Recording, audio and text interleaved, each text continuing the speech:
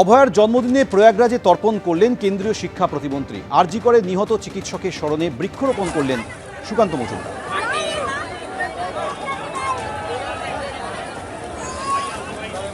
আজ আমরা জানি যে অভয়ার জন্মদিন এবং সেই উপলক্ষে তার মা বাবা ডাক দিয়েছে সবাইকে পথে নামার জন্য।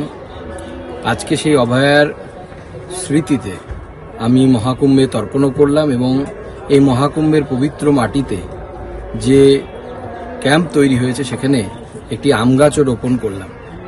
আশা করব যে আমাদের এই সকলের প্রয়াস, ঐক্যবদ্ধ প্রচেষ্টা আগামী দিনে যারা বৃহত্তর চক্রান্তে জড়িত ছিল তাদেরকে আইনের সামনে আনবে এবং উপযুক্ত শাস্তি পাবে।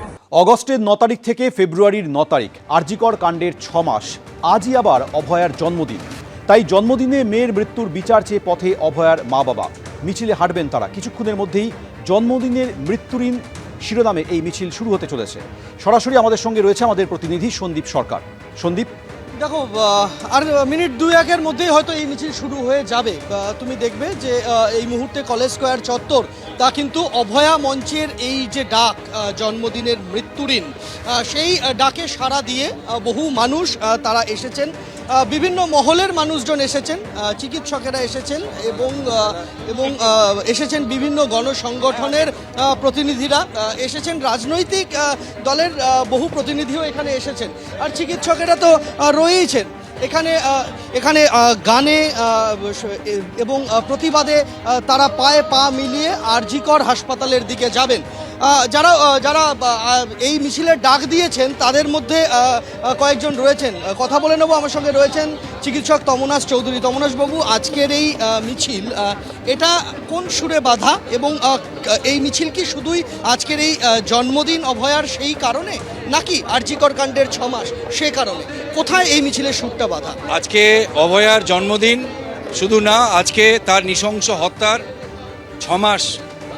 আমরা আজকে মৌন মিছিল করতে বাধ্য হচ্ছি এই কারণে, যেহেতু আগামীকাল থেকে রাজ্যের মাধ্যমিক পরীক্ষা শুরু হচ্ছে। নইলে আমরা আজকে প্রতিবাদ মিছিল হিসেবেই আজকে আমরা মিছিল করছি। অভয়ার জন্মদিন, আমাদের বাংলার মেয়ের জন্মদিন, আমাদের মেয়ের জন্মদিন, তার সাথে তার হত্যার 6 মাস, এই দুটি ঘটনার, তার হত্যার প্রতিবাদে আজকের আমাদের মিছিল। এই প্রতিবাদে ওই নিহত তরুণী চিকিৎসকের বাবা মা তারাও আজকে সামিল হচ্ছেন। আপনারা কি দাবি তুলতে চাইছেন এই মিছিলের মাধ্যমে? আমাদের প্রথম দাবি ন্যায় বিচার।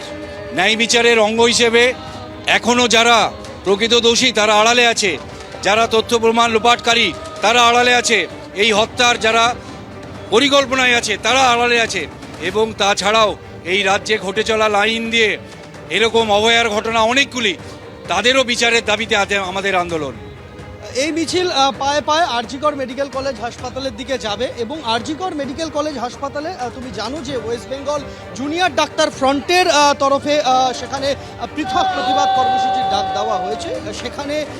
সেখানে এই চিকিৎসকদের মিছিল, অভয়া মঞ্চের মিছিল তা গিয়ে পৌঁছবে এবং পায়ে পায়ে সেখানে তাদের প্রতিবাদ এবং নানান কর্মসূচি রয়েছে।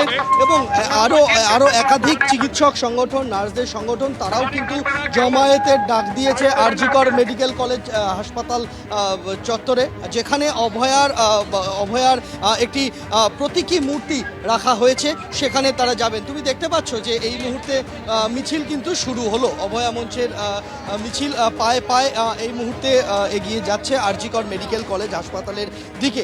মিছিলের যে রুট বা তারা ঠিক করেছেন, একেবারে সরাসরি কলেজ স্কোয়ার থেকে এই মিছিল শ্যামবাজার পৌঁছবে এবং হাতিবাগান হয়ে শ্যামবাজার পৌঁছাবে এবং শ্যামবাজার পৌঁছে তারপর সেই মিছিল আরজিকর মেডিকেল কলেজ হাসপাতালে দিকে যাবে।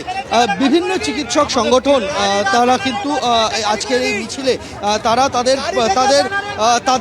তাদের প্রতিনিধিরা এখানে এসেছেন, তারাও পা মেলাবেন। পায়ে পায়ে এই মিছিল এই মুহূর্তে শুরু হয়ে গেল।